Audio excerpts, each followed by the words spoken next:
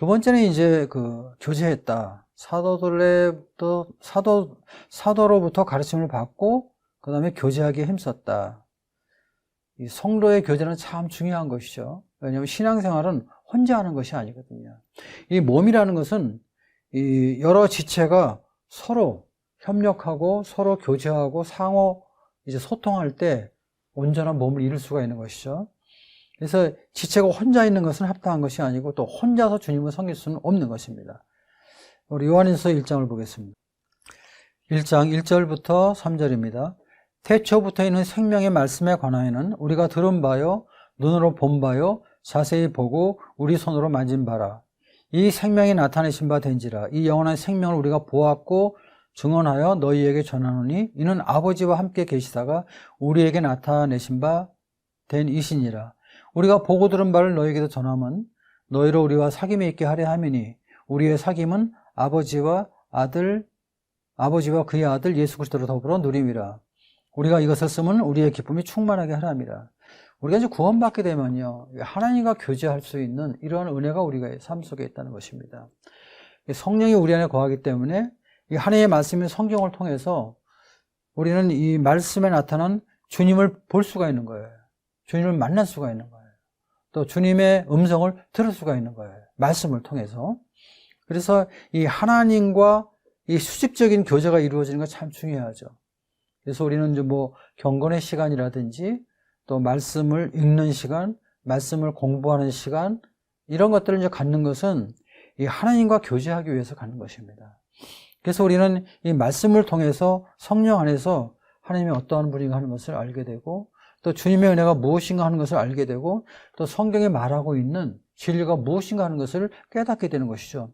이것은 생명을 가진 성령을 가진 성도들의 특징입니다. 그래서 이 주님과 이렇게 이제 수직적으로 밀접한 교제가 이루어질 때 그 다음에 어떻게 됩니까? 그러한 성도들이 모여서 주님과 교제한 말씀들을 서로 나누는 것입니다. 그래서 이제 수평적인 교제가 이루어지는 것이죠. 그래서 이제 서로 성도들이 모일 때 말씀을 가지고 깨달은 것들을 서로 나누게 될 때 서로를 우리가 유익하게 되고 또 서로를 도와주게 되고 서로를 세워주게 되는 것이죠. 또 나도 유익을 얻고 나도 세움을 받는 것이죠. 그래서 우리가 구원받고 나서 이 성도들의 교제는 굉장히 중요합니다. 그래서 먼저는 하나님과 나와의 교제가 잘 소통이 되어야 되고 두 번째는 이제 그러한 말씀들을 다른 성도들과 수평적으로 나누는 이런 교제가 필요하죠. 이런 교제를 통해서 우리는 많은 것들을 배우게 됩니다. 또 이제 교회 안에서도 우리는 이제 여러 정기 집회가 있잖아요. 교회 안에서.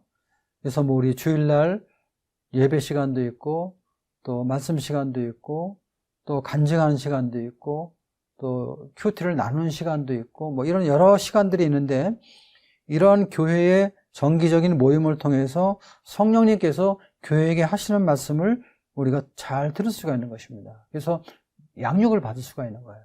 그래서 성도들은 항상 모이기에 힘써야 되고 주님 말씀을 배우기에 힘써야 되는 것이죠. 그리스도인들이 구원받고 나서 자기가 소속되어 있는 교회에 모이는 것은 가장 기본적인 것이죠. 그래서 가장 중요한 것입니다. 만약에 교회 출석을 잘 하지 못해서 말씀을 듣지 못하면 어떻게 돼요? 잘 자라지 못하는 거예요. 그래서 우리는 주님의 교회 안에서 모든 집회에 빠지지 않고 열심히 참석하는 그러한 모습은 참 중요한 것이죠. 우리 요한복음 20장 말씀 보겠습니다. 요한복음 20장 19절입니다. 이날 곧 안식 후 첫날 저녁 때에 제자들이 유대인들을 두려워하여 모인 곳에 문들을 닫았더니 예수께서 오사 가운데 서서 이르시되 너에게 평강이 있을지어다. 이 말씀을 하시고 손과 옆구리를 보이시니 제자들이 주를 보고 기뻐하더라. 주님이 이제 십자가에 돌아가신 후에 제자들이 이제 두려워해가지고 이제 어느 날 주일날 저녁에 모였어요. 근데 그 제자들의 모임 속에 주님이 찾아오셨어요. 그래서 그들을 위로하셨죠. 너에게 평강이 있을지어다. 이렇게 말씀하셨을 때 제자들이 주님을 보고 기뻐하고 기뻐하는 이런 모습이 나와 있습니다. 그러니까 우리의 모임 속에 주님이 이렇게 찾아오시고 우리와 함께 하시고 또 우리가 주님의 모습을 뵙게 될 때 우리 마음에 기쁨이 있는 것입니다. 그래서 이제 교회의 모든 그 집회는요, 우리끼리 모이는 것이 아니에요. 주님이 함께 계시고 성령님이 임재하시고 하나님이 우리 가운데 역사하시는 것이거든요. 그래서 우리가 주님 앞에 모이게 힘써야 되는 거예요. 그리고 주님의 음성을 듣게 되고 또 그로 인해서 주님 앞에 이제 평강과 힘을 얻게 되는 것이죠. 근데 이제 여기 지금 도마가 지금 참석을 하지 않았어요. 도마에게 예수님이 이제 부활했다고 했더니 도마는 믿지 않았잖아요. 24절 보니까 12 제자 중에 하나로서 디도모라 불리는 도마는 예수께서 오셨을 때 함께 있지 아니한지라. 어쨌든 제자들이 다 모였는데 도마만 빠졌어요. 그 주님이 찾아오신 것을, 부활하신 것을 못 봤어요. 근데 제자들이 주님이 부활했다고 얘기했는데 안 믿는 거예요. 안 믿는 거예요. 우리가 참 이 모임에 함께하는 것이 얼마나 중요한가 하는 것을 우리가 보게 되죠.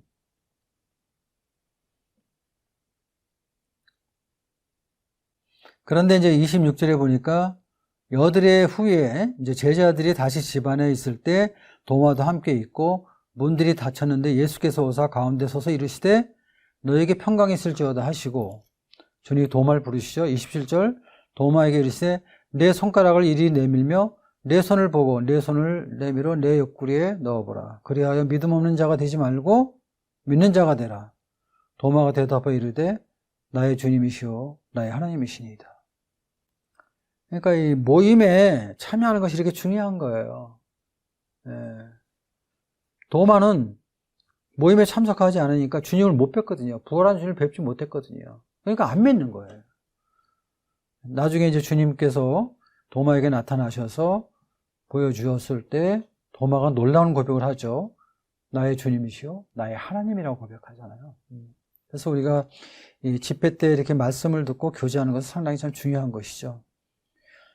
또 우리는 이 세상을 살아가면서 세상 사람들보다 이 성도들 간의 교제가 더 깊어져야 됩니다.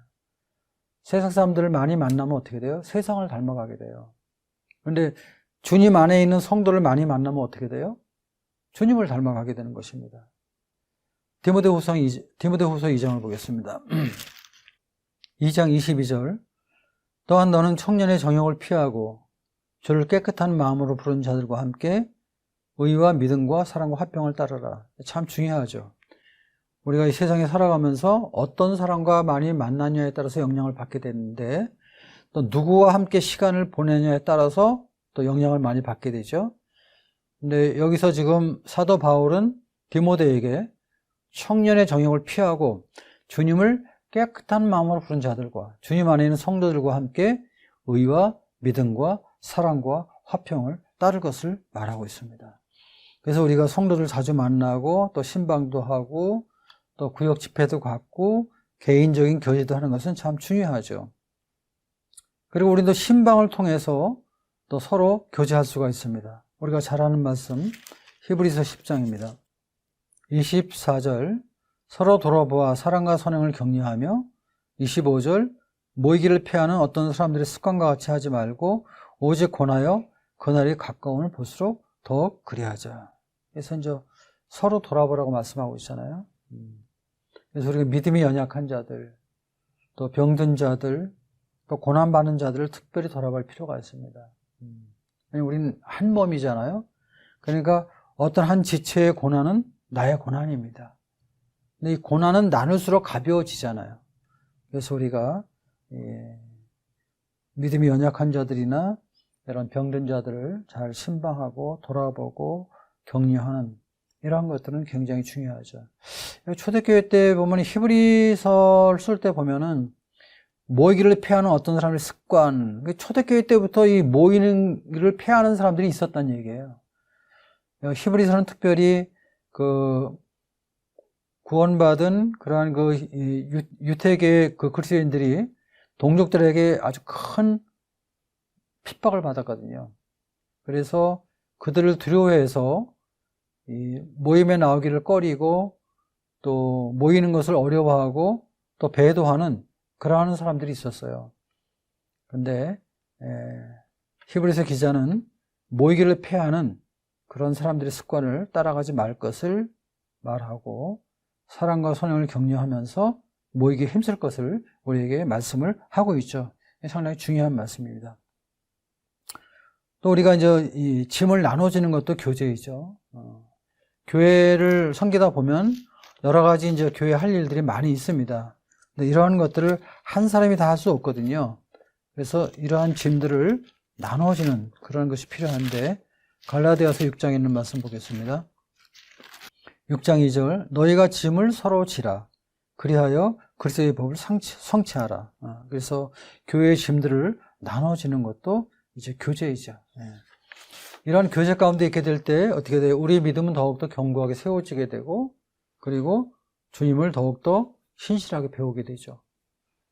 그 다음에 이제 떡을 뗐다. 떡을 뗐다는 게 뭡니까? 떡을 뗐다는 것은 예배를 말하는 것이죠.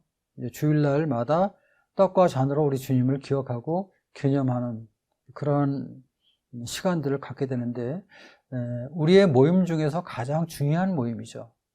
떡을 떼는 이런 모임은 그렇죠.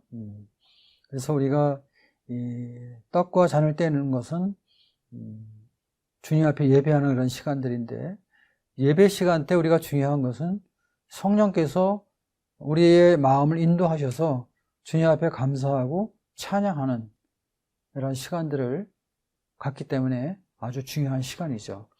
그래서 우리가 이런 예배를 위해서는 이 준비된 마음이 필요해요. 그리고 마태복음 2장에 보게 되면 이제 동방 박사들이 예수님 앞에 이제 경배하는데 그들이 이제 예물을 가져오죠. 황금과 유황과 모략을 가져오는 것을 보게 됩니다. 이 황금은 이 주님의 신성을 말하는 것이에요.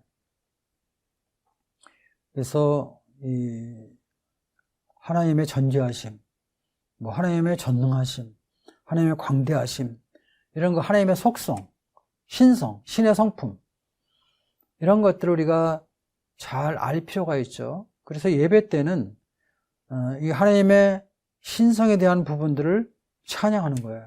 하나님을 높이는 거예요. 어떤 주님의 전능하심을 우리가 보게 될 때, 또 주님의 광대하심을 보게 될 때, 그러한 것들을 하나님 앞에 이제 높여드리고, 칭찬해드리고,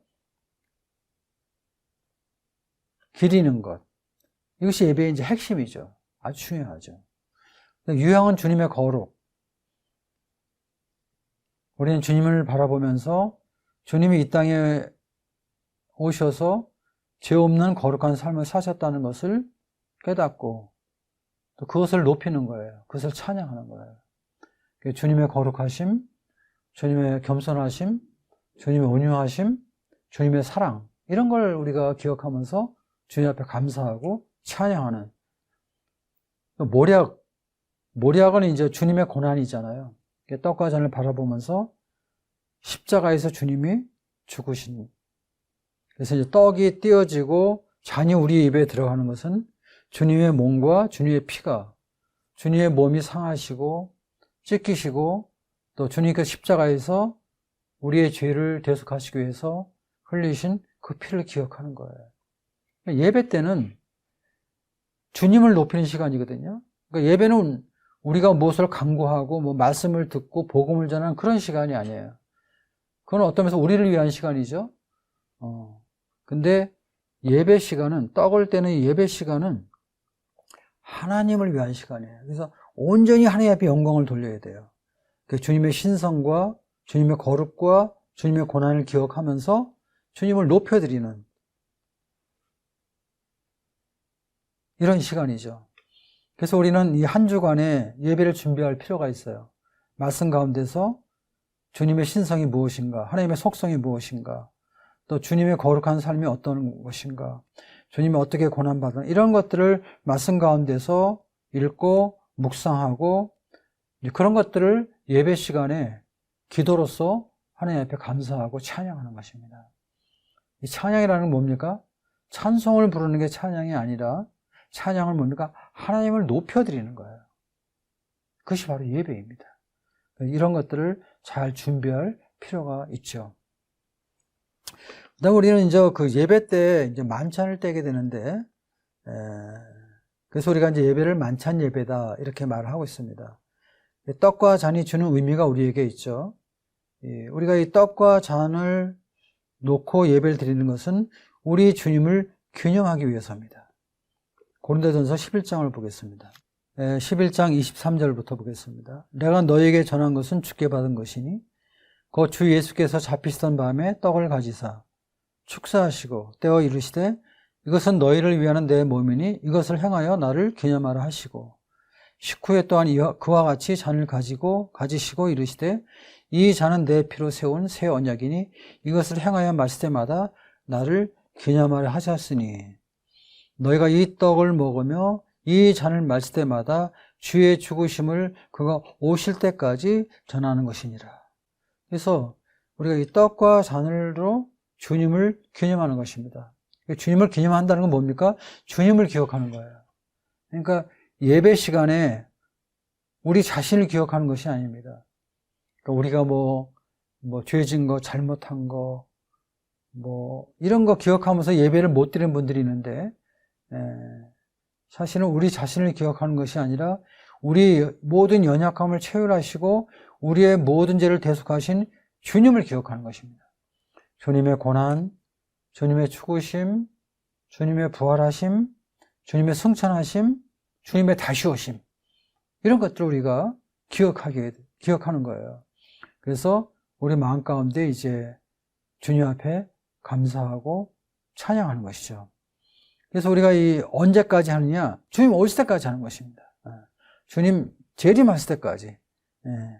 우리가 주님 기다리는 것은 공중 재림이죠. 그럼 우리 이제 휴거할 수 있으니까 그때까지 우리는 떡과 잔으로 우리는 예배를 주님 앞에 드리는 것입니다. 두 번째는 이제 이 떡과 잔으로 우리가 예배 드리는 것은 이제 우리가 한 몸이다 하는 것입니다. 한 몸. 고린도서 10장 16절 보겠습니다. 우리가 축복하는 바 축복의 잔은 그리스도의 피에 참여함이 아니며 우리가 떼는 떡은 그리스도의 몸에 참여함이 아니냐. 떡이 하나요 많은 우리가 한 몸이니 이는 우리가 다 한 떡에 참여함이라. 그래서 우리가 주님 안에서 몸된 교회가 한 몸이잖아요. 그래서 우리가 이 한 떡과 한 잔에 참여하는 것은 우리가 주님 안에서 한 몸인 것을 증거하기 위해서 떡과 잔으로 주님을 기억하는 것이죠. 그 다음에 이 떡과 잔을 보면서 이제 믿지 않는 자들도 이제 볼 수가 있죠. 떡과 잔에 참여하지 못하지만, 그러면서 이제 예수님께서 우리를 위해 십자가에 달려 돌아가셨다. 그러니까 죄인들을 구속하기 위해서 예수님이 십자가에 돌아가심을 증거하는 것입니다. 주님의 죽으심과 부활하심을 증거하게 되고, 또 우리 성도들에게는 이제 우리의 소망이 이 땅에 있지 아니하고 주님에게 있다. 주님의 다시 오심에 있다는 것입니다. 그래서 사실 우리의 소망은 이 땅에 있는 것이 아닙니다. 이 땅은 심판받을 땅이거든요.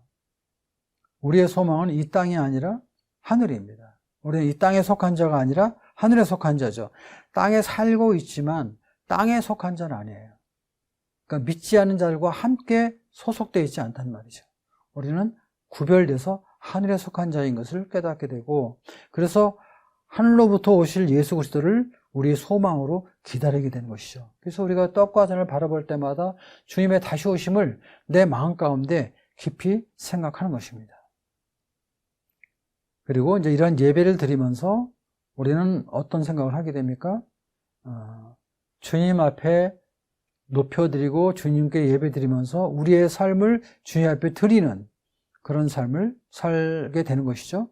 그래서 이제 주님을 섬기고 주님 앞에 봉사하고 주님 앞에 헌신하는 그런 삶을 우리가 살고자 하는 마음의 동기를 부여받게 되는 것입니다. 마태복음 4장에 있는 말씀 보겠습니다. 8절부터 보겠습니다. 마귀가 또 그를 데리고 지극히 높은 산으로 가서 천하 만국과 그 영광을 보여 이르되 만일 내게 엎드려 경배하면 이 모든 것을 내게 주리라. 이에 예수께서 말씀하시되 사탄아 물러가라. 기록되었으되 주 너의 하나님과 경배하고 다만 그를 섬기라 하였느니라. 이에 마귀는 예수를 떠나고 천사들이 나와서 후정드니라. 예, 주님이 이제 40일 동안 광야에서 이제 시험받는 그런 모습인데, 이 마귀가 이제 세 번째는 이제 높은 산에 올라가서 이 세상을 보여줍니다.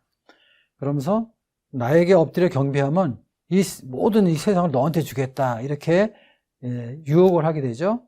그때 주님께서 말씀하시기를 사탄아 물러가라. 그러면서 이제 그 신명기에 기록된 말씀을 인용하죠. 주 너희 하나님께 경배하고 다만 그를 섬겨라. 그래서 우리가 하나님 앞에 예배 드릴 때 예배 드리는 자는 어떻게 돼요? 그 하나님을 섬기게 됩니다. 섬긴다는 게 뭡니까? 주님을 위해서 봉사하게 되고 주님을 위해서 헌신하는 것을 말하는 것입니다. 그래서 이제 주일날 만찬 예배 때 우리의 고백이 실제 삶 속에 나타나야 되는 것이죠. 그냥 고백만 하고 우리가 주님 앞에 아무것도 행하지 않는다면은 그것은 뭐 외식이 되는 것이죠. 또 예배 없는 봉사는요, 또 자기 의를 나타나게 되는 거예요. 합당한 것이 아니죠. 그래서 이 예배와 섬김은 동전의 앞뒤와 같다는 것이죠.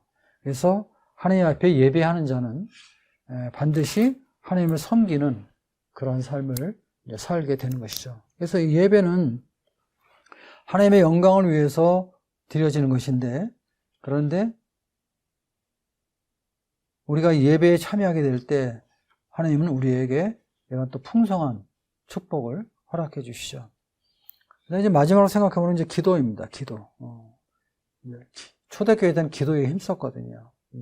그래서 교회 기도 모임은 대단히 중요한 모임입니다. 우리가 이제 개인적으로 기도하지만은 교회 기도 모임은 그 교회 지체들이 모여서 기도하는 거잖아요. 그러니까 몸된 교회가 공식적으로, 공적으로 기도하는 거잖아요. 상당히 중요한 모임이에요. 그래서 마태복음 18장에 보면은 두세 사람이 내 이름으로 모이는 곳에 나도 그들 중에 있느니라. 두세 사람이 내 이름으로 모일 때 나도 그들 중에 있다. 지금 이렇게 말씀하셨거든요. 그래서 이제 기도할 때 우리가 두세 명이 모여서 기도해도 아주 작은 기도 모임에도 주님 함께 하신다는 것이죠. 그리고 그 모든 기도를 주님이 들으신다는 거예요. 그러니까 사도행전에 보면 기도하는 이런 성도들의 모습이 이제 많이 나와 있어요. 우리 사도행전 12장에 보면은 이제 베드로를 위해서 기도하는 모습이 나오는데요. 한번 보겠습니다. 12장 5절. 이에 베드로는 옥에 갇혔고 교회는 그를 위하여 간절히 하나님께 기도하더라. 예. 이제 베드로가 이제 옥에 갇혔죠. 그럴 때 이제 교회가 모여서 이제 성도들이 기도하게 될 때 천사가 나타나서 이제 베드로를 옥에서 풀어주는 이런 모습을 보게 됩니다. 그럴 때 이제 베드로가 이제 기도하는 기도처에 이렇게 찾아오는 이런 모습을 보게 되는데, 사실 성도들은 기도하면서도 베드로가 이제 옥에서 나왔다고 하니까 그것을 믿지를 못하고 그의 천사라고 말하는 참 이런 모습이 나오는데, 어떤 때 우리가 기도하면서도 주님 앞에 그런 마음을 가질 때가 많이 있죠. 그러나 어쨌든 주님은 성도들의 기도에 응답하시는 그런 분인 것을 우리가 보게 됩니다. 그리고 주님은 이제 누가복음 18장에 보게 되면은 낙심하지 말고 계속 기도할 것을 우리에게 말씀을 하고 있습니다.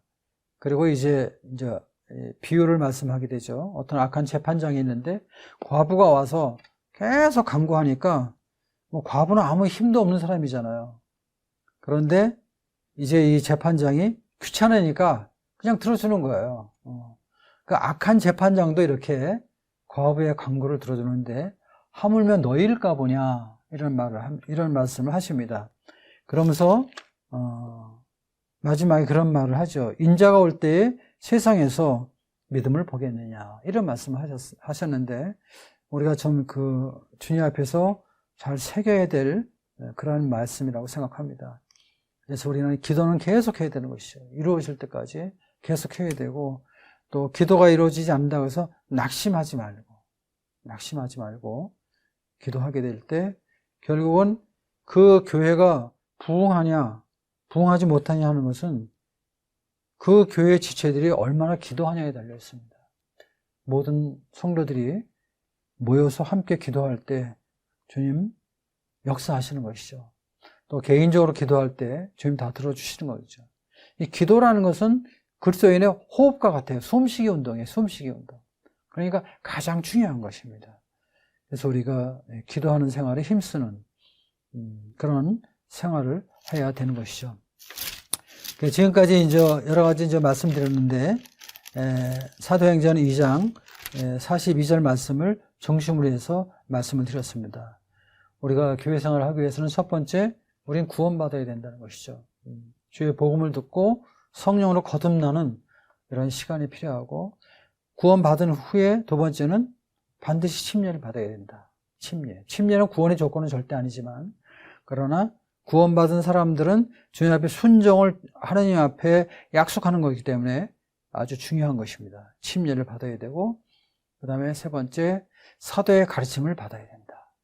잘 양육되고 잘 자라야 된다는 것이죠. 그럴 때 이제 주님의 은혜와 주님을 아는 지식 가운데 자랄 수가 있고, 그 다음에 서로 교제하고, 성도들끼리 모여서 교제하고, 교회의 모든 집회 때 잘 참석해서 서로 교제하고 힘쓰는, 이런 걸 통해서 서로에게 유익을 주고 서로를 도와줌으로 인해서 서로 성장하게 되는 것이죠.